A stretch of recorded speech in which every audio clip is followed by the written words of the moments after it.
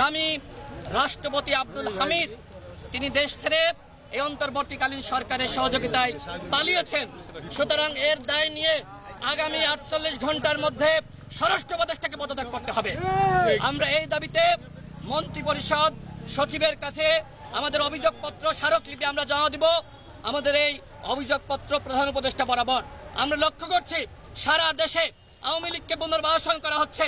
যেখানে গণহত্যার বিচার, আওয়ামী লীগকে নিষিদ্ধ করা, ঐক্যমতের ভিত্তিতে রাষ্ট্র সংস্কার করা, সেই কাজে তারা মনোযোগ না দিয়ে তারা কিভাবে ডামি এমপিদের জামিন করানো যায়, কিভাবে ডামি এমপিদেরকে রাষ্ট্রপতিদেরকে পালাতে সহযোগিতা করা যায়, সেই কাজে তারা ব্যস্ত রয়েছে।